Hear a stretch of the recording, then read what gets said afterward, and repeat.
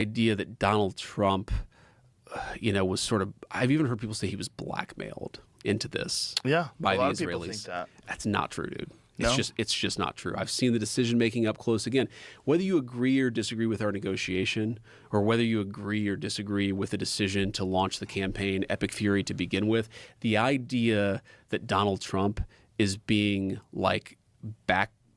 blackmailed is crazy to me.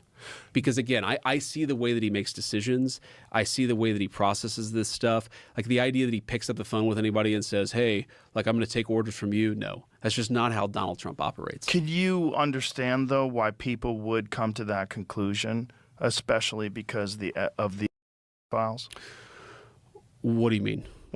Files were supposed to be released, and there was a tremendous amount of resistance to those files being released, and that concerned a lot of people. Because if you're talking about very wealthy, powerful people that were engaged in crimes, I see. So you're basically saying the fear is that whatever's in the files was used to blackmail the administration into doing the Iran thing, or at the very least, the people that were involved in the files that didn't want them coming out had undue influence. Well, again, say this with all candor, we absolutely screwed up the comms of the Epstein files, we just did. But do I think the reason we screwed up the comms is because we were trying to hide something? No.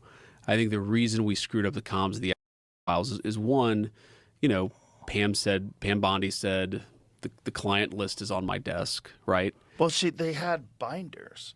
They were standing in front. But those binders were largely documents that had already been released, right?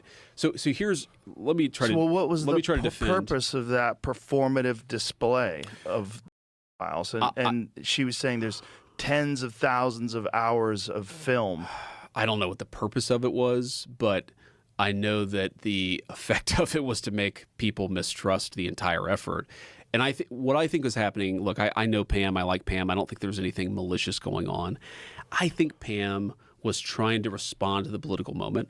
I think she overstated what we had and what we didn't have. And I think that she, got roasted for it publicly by a lot of people, including me. You and I have talked about this a lot. I'm one of the OG conspiracy theorists. I've probably gone down every single rabbit hole we could go down, most of them today.